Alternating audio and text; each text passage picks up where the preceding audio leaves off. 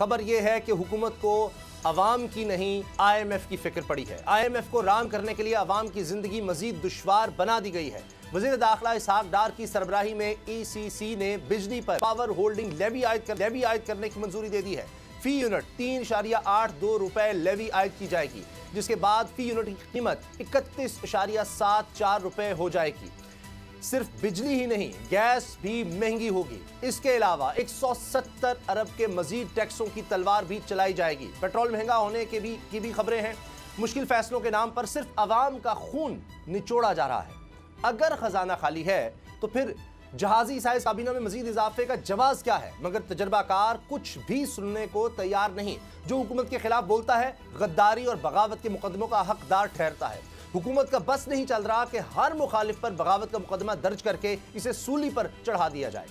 سابق وزیر خزانہ شوکت ترین کے خلاف بھی بغاوت کا مقدمہ درج کر لیا گیا ہے۔ حکومت نے FIA کو گرفتاری کی اجازت بھی دے دی ہے، مگر کڑوا سچ یہ ہے کہ یہ مقدمے اور گرفتاریاں حکومت کے منہ پر کالک کے سوا کچھ ثابت نہیں ہوں گے۔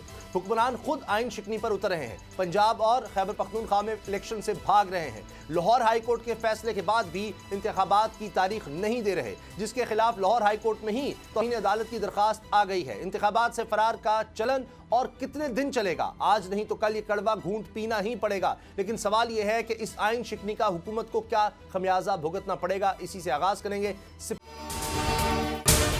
اگر آپ کو یہ ویڈیو پسند آئی تو سبسکرائب کریں اور بیل پر کلک کریں۔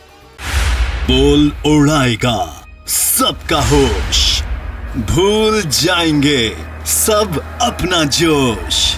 دیکھیے پاکستان کی سب سے بڑی PSL ٹرانسمیشن ثقلین مشتاق، رمیز راجہ، سہیب الوی، جمیل فاروقی اور فہیم خان کے ساتھ کھیل کا جنون، روزانہ رات 11 بجے صرف بول نیوز پر۔ سبسکرائب کریں اور بیل دبائیں تاکہ کوئی خبر رہ نہ جائے۔